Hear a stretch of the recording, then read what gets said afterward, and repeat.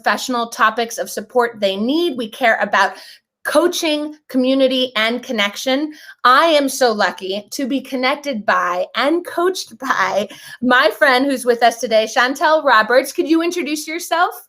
Hello, everyone. My name is Shantell Roberts, where I serve in a number of capacities and wear a number of hats, the biggest being a mom, the second biggest being the founder and executive director of a nonprofit, Touching Young Lives Incorporated in Baltimore City, Maryland, and the third being a Baltimore City School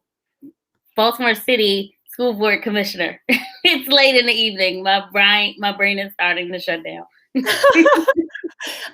First of all, I just have to say, as a mom, as a working mom, I love your background. Can you tell us about your background and where you're calling in from today? This is not a virtual background. This is the real deal, okay? This is my son's bedroom, which is the least worked in, played in, and slept in the house. The least of everything. It is the quietest room in the house because he's everywhere else but here. So I had to give a shout out to my younger cousin who just graduated from the Polytechnic Institute last year, who is always ready and accessible when I need him to babysit, especially over the last year. He's been in my pod of safe caregivers in this period. So they are having a Nerf gun fight right now as we speak. Can we join? We should just take the computer and just follow that. I want to say, I love how in your introduction, you layered it. First of all, we women don't compartmentalize. We have many roles, and maybe others are better at compartmentalizing, but like, we are moms, we are founders, we are advisors, you are a school board commissioner. You only named 3 of your roles, by the way. If anyone goes to look up her LinkedIn, there are so many. I know probably every year I'm like, do you want to be on the board of Dent? And you're like, everyone asks me to be on the board every year. I have to say no. I tell my family I have to say no.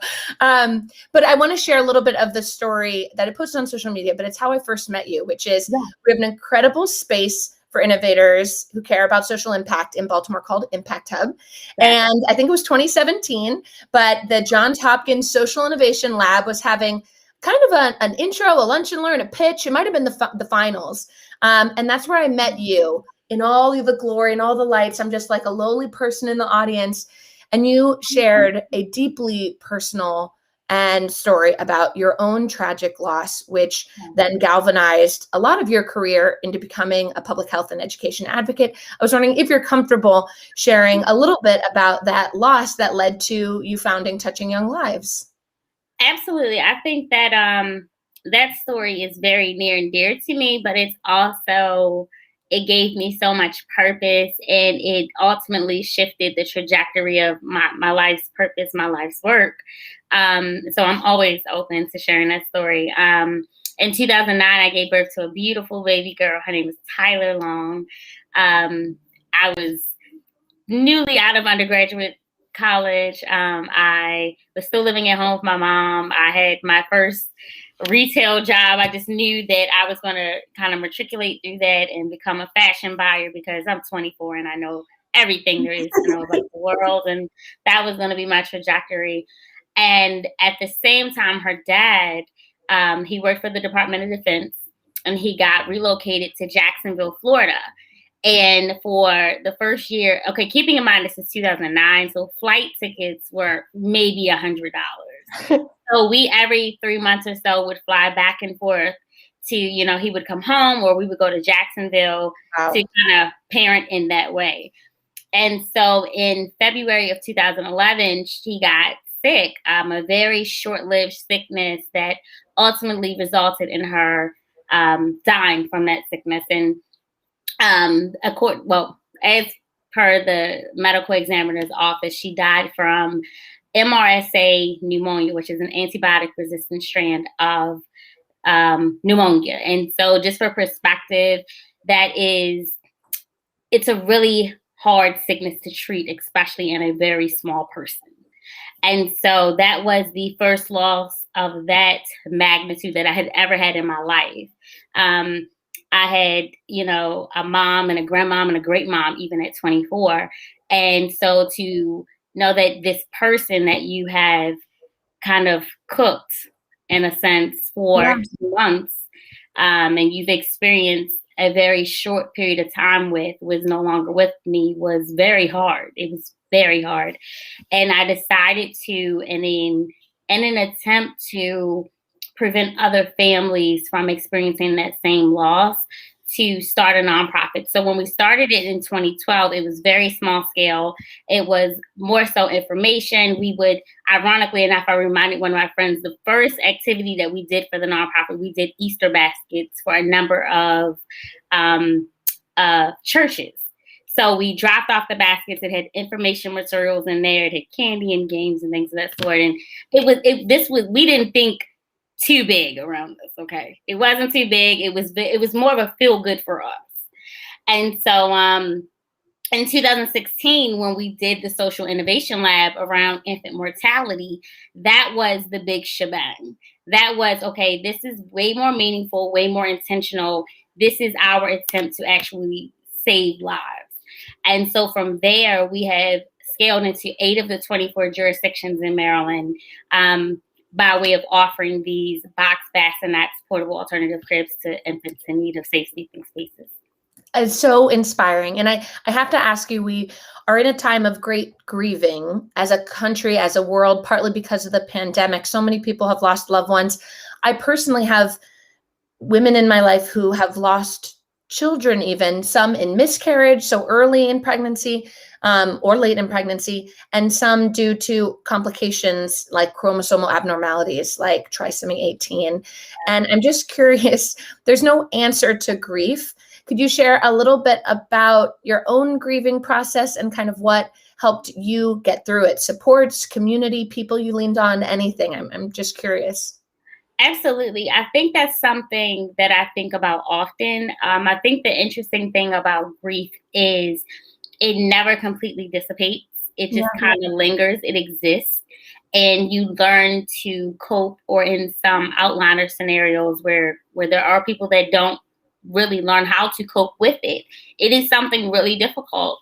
I think in my case, I did have an amazing support system of those around me that ensured that I was okay, that I was going to be okay, that where my days where I just wanted to sleep is my escape. It's still my escape. Okay. If I have too much work, I want to take a nap. And so I would find myself just sleeping, just kind of shutting myself in. And I think that ultimately one day I had to move, because the home that we shared together was too much for me, because that was our home. And I remember the first day that I kind of settled into my new space, and I called my best friend, and I could only get out several words, and the several words were, "I'm not okay." Yeah. And the "I'm not okay" was, there were no toys on the floor, there were no bottles to make, there were no clothes, that I didn't have to get ready for daycare the next day. That was when you go to a funeral and they say, those hours after all of the fufa and the pomp and circumstance, when you're home in your normal trajectory. I was back in that, and it hit me. And just like clockwork, she said, "I'm on my way." Like, I didn't have to say anything else. It was, "I'm on my way." And it was those kind of moments that kind of got me through, and helped me to get to a space of, okay, what are my next steps and what does that look like? And, I'm not a super or overly religious person, but I know that my life's purpose is fully in line with the prayers of what people have prayed for me. I know that I could have never imagined the success. I could have never imagined the steps. I could have never imagined, just the life events that have transpired since 2011 for me. I think what is very beautiful about this experience, while it was very dark in that time, it has grown to be really beautiful, is that I have an amazing 8-year-old son now, as per the bunk bed in the background. And he totally understands that he has a sister. Yeah. That, there are little mementos around the house that, his sister left him, and he owns them. Those are his. if there's a snow globe, a memorial little novelty item, and he's like, my sister gave me the snow globe. Yes, she did. When we go visit her at her grave site, she is a mausoleum. She's in a mausoleum. He's so comfortable. But I want him to understand that your sister gave your mom a purpose, and you're reaping the benefits of your sister's purpose. And so he lives in that. That inspires me so much. I remember watching the movie Coco, the Pixar movie, and celebrating how much a lot of that movie and about the culture of Dia de los Muertos is about talking about those we've lost. And in America, I don't think we do as good a job of, in other cultures, creating an altar or just having pictures around and telling the stories that they've lived. And I love that your daughter had maybe even like, she hasn't, by inspiring you on the path that you are on, impacting hundreds, if not thousands, she has had a huge impact on the world.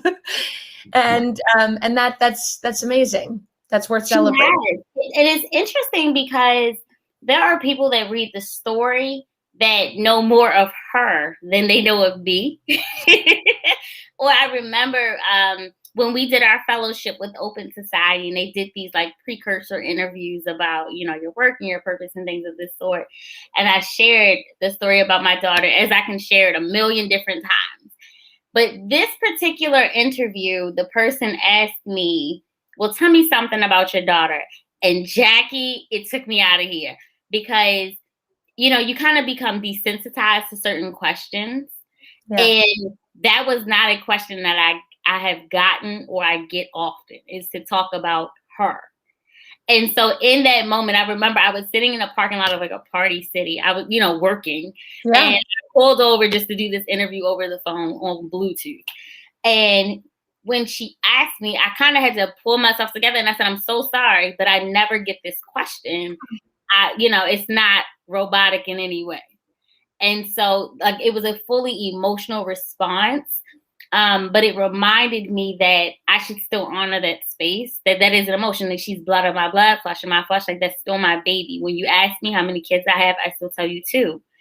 And so it's still such a sweet space, but I always feel that I have to honor her in that way, because I would have never gone down the trajectory of going into public health, doing the work in this space. I would have never done these, I've been in these opportunities of creating intersectionality or impact in these ways if I hadn't experienced that tragedy. I wouldn't. I'm super inspired. I also love how comfortable you are telling your story, because I think that is what inspires so many. And I'm curious. So when I was a teacher, people are like, oh man, it must be hard teaching because you care so deeply about the kids, but you only have so much impact on their lives. You're teaching other people's kids. And I'm curious when you've done a lot of work in infant mortality, you must connect all the time with grieving moms. And I'm just curious, what have you learned from them? And what have you learned about kind of what they need? Because we're building YaYa partly because this year has created so much burnout and loneliness. And we're just wondering how best to connect women to the supports they need. And with the specific women that you've worked with through Touching Young Lives, which I'm sure includes many, but with regards to infant mortality, which seems like a really hard thing to talk about, what have you found are the supports that women, and I shouldn't exclude men, of course, because there are fathers who lose children too, but I am in particular, as I become a mom, what have you found that moms need when going through something like this?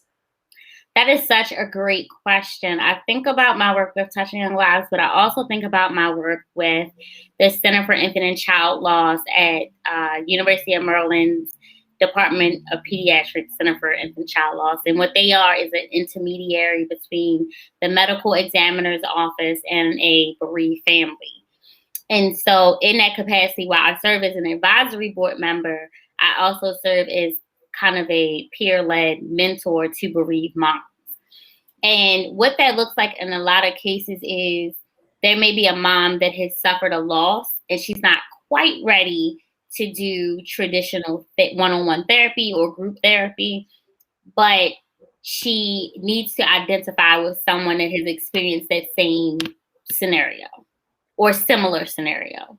And so in that capacity, it's really interesting because every loss isn't the same. And so I would never try to equate my loss of having a daughter that went through a super dramatic scenario of having an ambulance ride and going to the ER and being worked on to ultimately lead to an unfavorable outcome, equate to a mom that had a miscarriage or a stillborn. Like, those are all very different types of losses. Right. But at the end of the day, we all suffered unfavorable outcomes. And so what I will say in speaking to those moms, what is very common and very clear is that there is anxiety, there is fear of the unknown, and there is still some inkling of hope. And so when I say anxiety, it's anxiety around what even moms of very healthy children have is, am I doing it right? Am I doing it right? Can I do it better? What are other people thinking?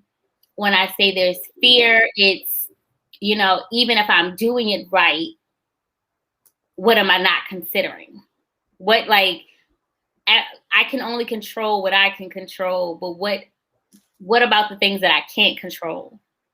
And then with the inkling of hope, it's, I still want to be a mom, or I still want to be the best mom, but are there resources, or you don't know what you don't know. Yes. You realize you don't know it. And so those are all three things that bereaved moms experience, that even current moms of living children experience. And I would even lift the conversation in just the current climate that we're in, that I know I have that, I would argue, in a hyper way as a Black mom of a Black son. I have that feeling every day. I think about my son, even in just explaining things to him, and defining or having him articulate things or understanding words and actions. It's kind of hyper. So it's hyper for me, but I think about, okay, am I hyper because I'm a bereaved mom and a Black mom of a Black boy? And so your question is so loaded, Jackie. Yeah. But I think those are the top three that come to my mind around anxiety, around fear, but that inkling of hope. I don't know how you do it all. You are a mother who has lost a daughter, which is a child, one of the hardest things I can imagine. You're an entrepreneur. You've also lived through a pandemic. You've lived with schools closing down, and you're a Black woman who has to live with all the injustices, the racial injustice, and murders happening every day, including this week, very top of mind. How do you used a word earlier, cope? Yeah. And it's coping, I think it's like a verb, right? You're never done with it. It's a daily thing. Doing. What are some of your daily coping strategies with all of these just unbelievable stressors and injustices in your life? I think it starts with a nice glass of red wine. Amazing. I think it starts there. I think that if nothing else, over the last year, what I have learned to do more, if I haven't done it before, is just to appreciate and enjoy the present. I know that while I'm pretty much in this house with my son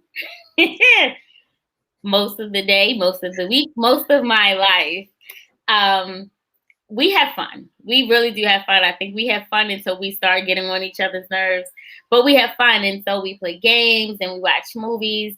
I think for March the 31st was King Kong versus Godzilla Day in our house, because HBO Max, this is not a paid advertisement, but shout out to HBO Max. They're putting movies in the theater and they're putting them on stream. And so, if I was a great mom, we probably would watch it at midnight, but I'm not a great mom. So we watched it at 7:30 in the morning, because at no other day does he wake up at 7:30 for school. But on this particular asynchronous day, he woke up at 7 and was like staring me in my face to watch King Kong and Godzilla. But to your point, I think that I think I'm starting now to realize what it feels like when I need a break. I know, Jackie, you're one of the same of like, okay, I can do all of the things. Like I can do this. Like, sure. It's just one more. It's just 30 minutes, or it's just 10, or I can just shoot a text. I can just do this email, or I can pop into this scenario. And I'm starting to learn that is still capacity. It's just but it's still a capacity. And if I'm utilizing capacity towards a just this, I'm taking away from something else. And when I see that I'm getting frustrated, or I'm just in a space of not being able to kind of degress or kind of de-escalate in a scenario of my son, he didn't do anything. He's 8. He's going to be 8. 8-year-olds are going to do 8-year-old things. And he should not be the brunt of my frustration of piling on too many things. And when I started to realize, like, oh, wait, I didn't really do anything with my son today. Or wait, like, it's 70 degrees outside and we didn't go outside because I have meetings until 8. I actually want to do that. I want to do that. I want to go outside and do sidewalk chalk or look for leaves or, some crazy boy thing that boys do that I didn't do because I'm a girl. And so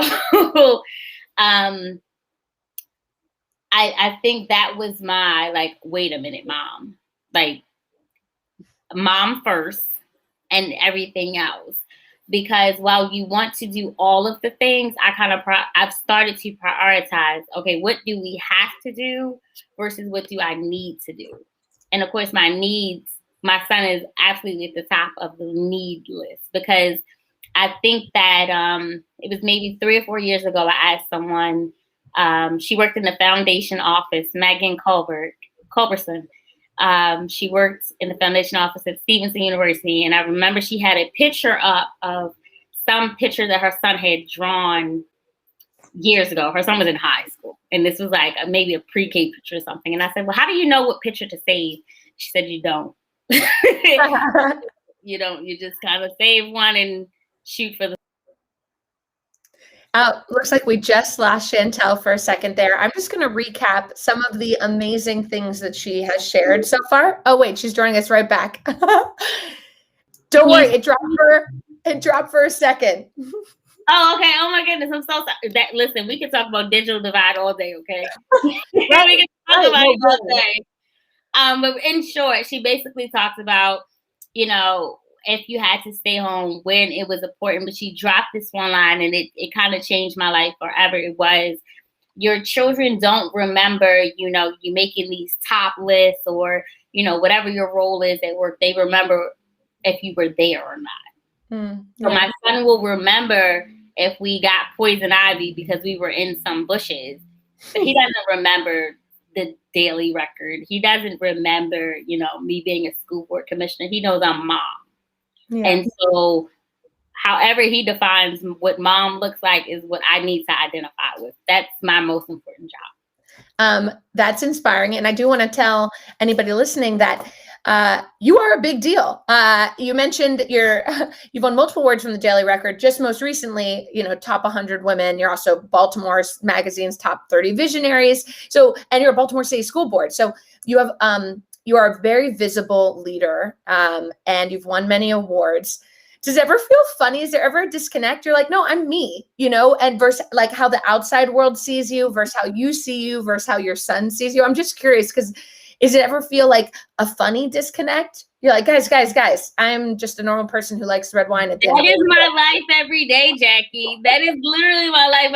My friends, I am just Shantell. And half the time, they don't even know about any of these things until I post it for, just, being humble and accepting it and being courteous and doing my due diligence, sharing this honor. But it's not a part of my normal conversation. Like, hey guys, I made top 100. That's not my discussion. And for my son, he does not give a damn. Okay.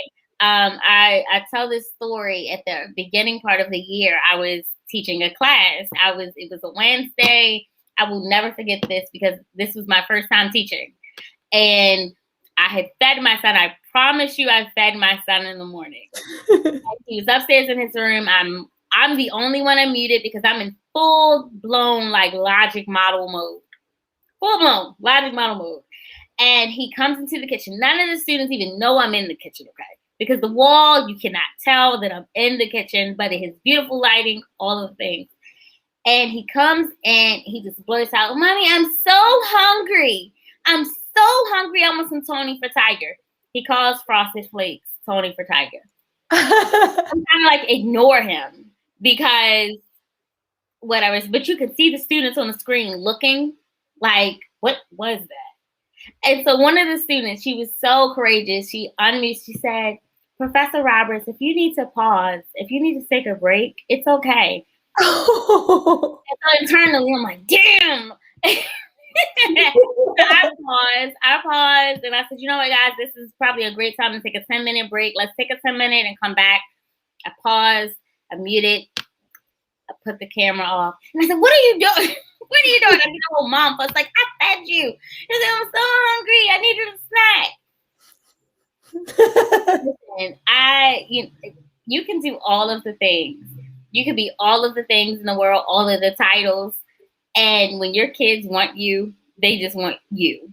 My son is very capable of making his own bowl of cereal, getting his own snacks and his own juice. I'm very intentional about how I put things in the refrigerator. So you can do things. Over the last year, I've learned like, oh, great, he's 8. Like, what should 8-year-olds have independence over? He's very capable. But yeah, in that moment, he wanted me to make him a bowl of cereal. It did not matter that I was teaching a class at a leading research institution. He wanted cereal. Wait, by the way, I did see that on LinkedIn that you're an adjunct professor. So Professor Roberts, what classes are you teaching? So I taught a freshman course, interdisciplinary course at the Johns Hopkins University and a graduate course at UMBC. This semester was my first time teaching ever. It was a new challenge for me. It was very fun. It was enlightening. I think I like the world of adjunct. Mm-hmm. And I probably wouldn't have said this to my students, but I'll say it to you. I think that I definitely had students in my course that may have been book smarter than me. But the adjunct gave me the added advantage. The real life experience gave me the added advantage. Yeah, first of all, I don't really believe in book smart. I don't know what that means or what it gets you or what it proves. That's why I love entrepreneurship. It's because I actually don't know what the future of work or education looks like.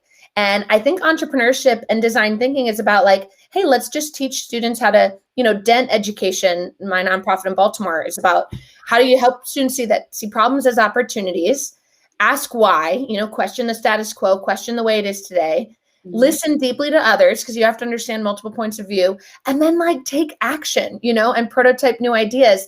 And so this is a fun place to test. I mean, you're a Baltimore City School Board. It's been a crazy year. Can you tell us like one theory of change you have in the ed world, or just like one passion project of yours when it comes to Baltimore City schools? I think one passion project of ours is there were a number of things that bubbled up over the last year or so. Not that we were not aware or I was not aware of them pre-pandemic, but they bubbled up significantly over that period of time. And that would be one around food insecurity. The second, in no specific order, but the second would be around the digital divide, and just the accessibility to internet services and actual quality broadband to ensure that students and families could access school and work, because that's all we could do. I also think about just in terms of how we define essential. Yeah. That was really big for me because for a school system, most of the time we define essential as the frontline teachers, and teachers do amazing things. They are robust. They are oftentimes the beginning, middle, and end of so many trajectories of students. But over the last year, we saw some of those essential roles shifting a bit. We saw our food service workers that were in the buildings when no one else was in the buildings, ensuring that not only our students were eating, but their families had food. We saw the custodial workers working to ensure that our buildings were safe and clean, and that the MERV 13 filters were there, that the air purifiers were there. In terms of the digital divide, I think that was something that, while I was aware of it, I didn't know the magnitude of it. I didn't know the magnitude in my own city, in my own state, but definitely not across the nation. In terms of what that looks like, I think that something that was super disheartening was seeing students that were already kind of teetering on what success looked like for them, having such a struggle with redefining what that looked like in a virtual world.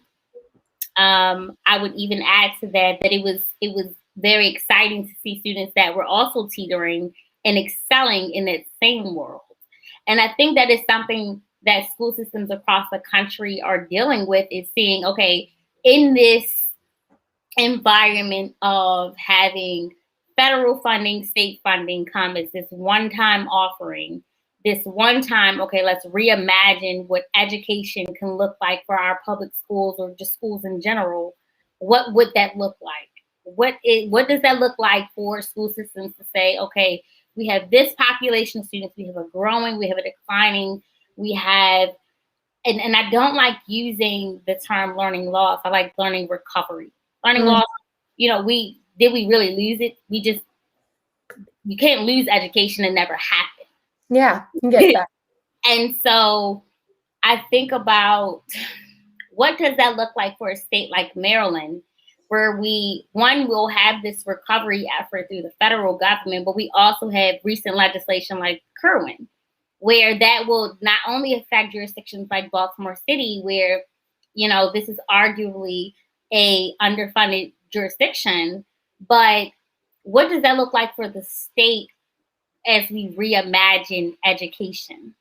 What does that look like for, as we've offered virtual instruction? Is that something we'll continue to offer? Is that something that families, I've seen families engage this year significantly more than I've seen them engage in prior years, or just generally engage in legislation and educational funding. And, what does Kerwin mean for me? Or what does, my school do around certain areas of interest?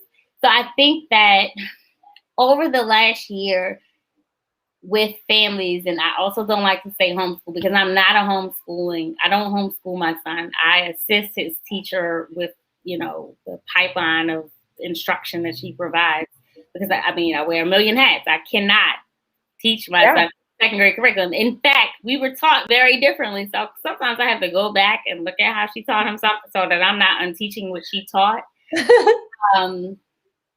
But I think that education as we move forward will look very different. And I also think that while it's exciting, it's kind of scary because we're on the cusp of something new, and new is always scary. It's, it's kind of anxiety inducing. But I think that I'm in the right place for it. As much as I'm scared for it, I think I'm in the right place for it. And I think that we have so many people that are interested in what that looks like now that may not have been on board a year or two ago, especially like around digital divide, or especially around like reimagining education as a nation, more or less a state, more or less a city, that we definitely have the students at the forefront of all. This is an all hands on deck approach. It's an all hands on deck approach. So you started your career, well, you started with Touching Young Lives as a public health advocate, I think primarily. And now you're this crazy, impressive education leader. I mean, you're on the school board. And so you talked at the beginning about how the loss of your daughter helped you find your purpose. How do you articulate now this intersectional purpose of public health and ed? And how does your lens as a mom inform both of them? Because it does. It's really interesting because my work with the nonprofit is literally 0 to 1, 0 to 5. Yep. And that coincides with some of the task force efforts in the city around early education, that is kindergarten readiness, which then coincides with kindergarten pre-K through 12 for the educational system. And so it all, if nothing else, one of the things I tell my students is, major cities, relationships are all interconnected. There's not many things in life that are siloed. And so when things become silo-ish, it has a ripple effect on other things. And so if I can say that my work with the nonprofit around preventing infant mortality creates more successful first years that lead to more kindergarten classrooms, then there's more kindergarten classrooms that creates a trajectory through 12th grade. And then we're graduating more people. We have more people in society working and going to college and being doctors and lawyers and, natural citizens of society.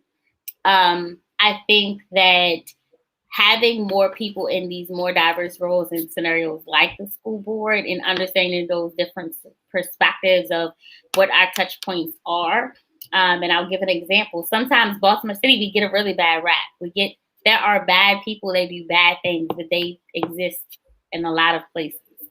And so when I think about, some of the major headlines that come out of Baltimore City, and especially if they are youth focused, one of my perspectives as a school board commissioner is we had them first.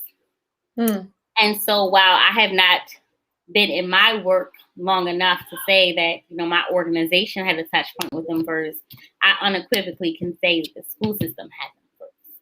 And so where could we have done better, or where could there have been an intervention that could have potentially shifted their trajectory somewhere in this experience that could have prevented this media headline? Yeah.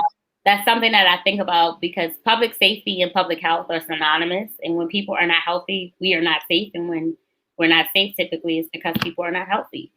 And so what does that look like in a city that, historically has some systemically racist, systemically inequitable policies, practices that have been in place?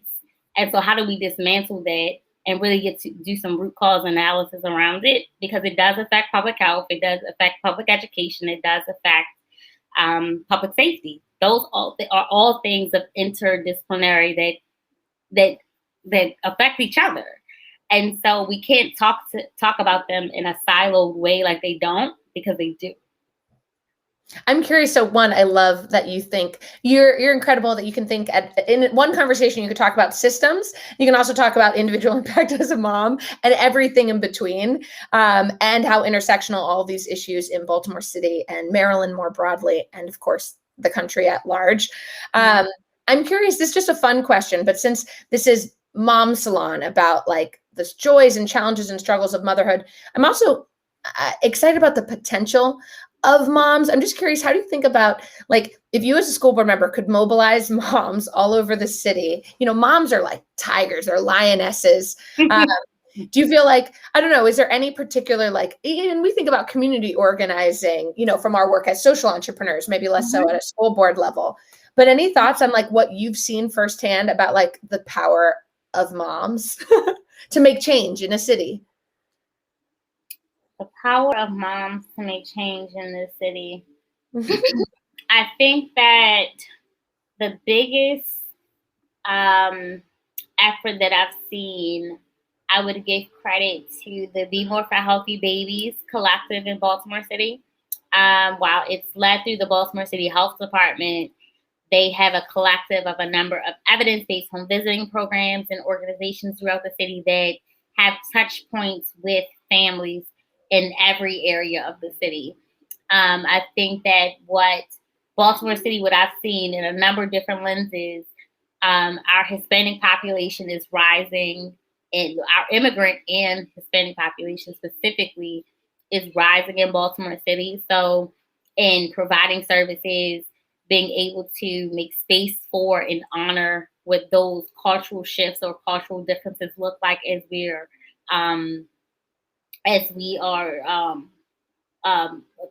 welcoming their families into the school system, welcoming their families into healthcare settings, and knowing how to best care for them, what that looks like. They've done a really beautiful job at doing that. I think that another organization that I would shout out that does a really beautiful job is Mom Cares with Anna. Anna, she had a really unfortunate experience as a mom of a preemie in the NICU unit at a local hospital. And so she's done a really beautiful job at scaling her organization around bringing awareness to and supports to especially Black and Brown moms in the NICU unit and what that looks like for that experience. I think about, I even think about just around our parent and community advisory board for public schools and what they do, which is interesting. Pre-joining the board, I didn't know the biggest difference between the parent and community advisory board versus the PTA. Mm-hmm. And while there's a parent and community advisory board, which is a collective, you don't have to be a parent to be on that particular board, which is also in state statute with this parent and community advisory board. And what I will also offer in this space is that the parent and community advisory board doesn't always share the same perspective as the board, but they are a partner in the work. And what they do is they offer a perspective, they offer insight to some families. They are aware of issues, they are aware of what the current climate is around a very controversial, this last year has been a very controversial year around what reopening looks like, around what buildings should be, what education should be, what families should be responsible for, and they've been a partner in the work. And so there's been a number of organizations that's kind of rallied together. Even as a city that I've seen, I would even give a shout out to the Mayor's Office of Children and Family Success. They were a major collaborator of just ensuring that our children were good. And not only their children, once we kind of had the gist that the children were good, and kind of scaled out to, okay, the children are good, what about their families? And these are also resources that we particularly weren't reimbursed for. So there were funds and resources that had to kind of go out that were not reimbursed to ensure that people, choosing civility, right? Like we have to eat, we have to have our basic needs met. There were so many, and I think that was something of the last year that brought so much joy to me, was people, while in some cases just kind of got to it. And so for someone A-type, it was like, wait, there's not a plan. There were so many cases of people just ensuring that human beings, that their basic needs were met, that they were still seen as human. And they just rallied together. They created Cash App, like small campaigns to do micro grants. Yeah. $100, $200. Just said, hey, I don't have a lot, but we want to make sure you have food, or that your lights are on, that you can pay your internet bill. And so I don't have any particular like huge collectives, but I've seen even just in the social media space of smaller collectives of people just saying, hey, we have X amount of people. If you can just GoFund or Cash App, we're going to delineate this money out to people in need, creatives, moms. And that was really, really beautiful to see. It was so beautiful to see. That makes me so happy. um, I wanted to ask back to like, motherhood, and you've painted so many great examples of moms who've created change, and you are one of them. I also just want to say too, I care about social emotional learning. And so while the pandemic has caused just so much grief and strife, I'm glad it has elevated the conversation around mental health and around, it's like, it's not all about testing, it's about how are our kids doing, and they feel supported and safe. Are they growing? Are they thriving? And I hope that that question still gets asked when we go back to normal. And I hope it's a new normal. I hope that this has pushed the system in innovative ways to think more about the whole child, to think more about the whole teacher, because there's also been a lot of teacher burnout. And so I'm relieved that social emotional learning and needs are top of mind, and I hope it stays that way. I agree. I think for Baltimore City, that has been a platform for us, the whole student and student wholeness. I think with what has transpired over the last year and some change, that even shifts, right? Because even as adults, I had a conversation with one of my girlfriends around, what does, I think you even said like air quotes normal. What does the new norm look like for us as adults? So thinking about that, my son, and going into school tomorrow, like he's so excited to see his peers. And what does that look like? You haven't been in a school building for a year and you're back in, while it's an outside school, it's at your school and it's with your peers. What does that look like to re-engage? And and socially distant, 6 feet away, mask and all of these things. I think there will be a lot of redefining what wholeness looks like just in general for everyone. Mm-hmm. There will be a lot of redefining what, or not redefining, but kind of readjusting to, this idea of mental health, being healthy. Like, what is it like to be healthy? Being in the house for so long. We're on the virtual, we're in a virtual world right now. If there's so many things that need to be re-explored and re-examined and kind of redefined in so many ways that, and that's not going to happen right away. And I think that when people say, I just want to get back to normal, that arguably that wasn't normal what we were doing before. Yeah. Arguably. And so, when you say let's get back to normal, what does that really look like? Because I, for one, would not want to do what I was doing before again. I'm excited. Do you feel any like that? Is there more hope in the city right now and in your own life? It's April, it's spring, people are starting to get vaccinated. What's the energy like? I think the energy is it's almost it's funny because it's almost aligned with spring. You're kind of coming back to life. People are becoming vaccinated and they're kind of moving around a little bit. You can hear like the cars outside. You can see social media. People are starting to kind of go out a little bit. Like I said, my son is going back in the building. And I'm like, I don't know what to do with myself. I don't have to, I'm not like stuck to his clock and mine. I have like I don't even really have freedom because I still have to work, but I have freedom from his schedule. So it's like freedom. I think that especially in terms of the school system, that it right now is a period of reimagining of, what does extended school year looks like over the summer recovery. What does that look like? What does the next school year look like? What does school year 21-22 look like for our students? And how are we using the information that we kind of collected and that we viewed and that we experienced over the last year and some change to influence those decisions? I think about the nonprofit in terms of, I'm really excited because when people are home, people have babies. So I'm really excited around that in terms of the infant mortality component of the nonprofit.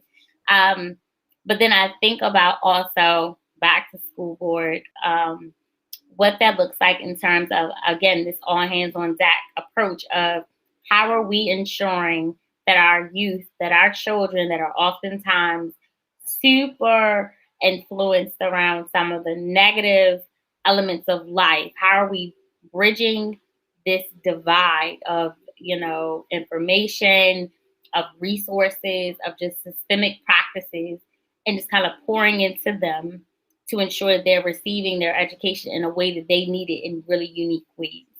And I think that's something that all school systems across the country are being forced to reimagine and reconsider as we're exploring it moving forward through the summer, well, ending the school year in the spring and looking at the summer and kind of entering in the fall of what that looks like. We have talked about your many roles, Shantell. We've talked about your impact on the city, the school district, your students that you teach, your nonprofit, and your son. But one thing that's hard is moms have all these roles. I'm curious, what do you do for you? Because one thing I'm worried about, I'm 35 weeks pregnant, going to be a mom soon. How do I maintain some sense of self? And so you mentioned a little bit some coping strategies, like a glass of wine, of course, and trying to be present. But what else do you do for you, especially if you feel lost in all these titles and roles? What do you do to reconnect with like yourself, your core? I think that I'm an avid movie watcher. So I have like all of the apps, HBO Max, Netflix, like all of those things. Of course, I have a good glass of red wine because I love a good cab. And I read. I love to just get lost in a book. Especially like if my son is asleep or he's playing somewhere, because Jackie, I don't know if anyone's told you this, at some point in your motherhood, your child's noise becomes white noise. And so you can operate and do anything under it, and everyone else will hear it and you don't particularly hear it. That is amazing. But I really like to read, or a bubble bath. I don't do anything that's too high capacity. It's really just kind of chilling. Like I like to just chill to not. I think I have to be really intentional about just putting my phone on the charger and like not looking at it. I'll even take my watch off because it connects to my phone. And so just kind of completely disconnecting. And while it will feel uncomfortable, it's necessary. It's absolutely necessary. But those are some things that I think that, those are my basic things. I mean, of course, a vineyard with some friends and just kind of hanging out or going to brunch and those things.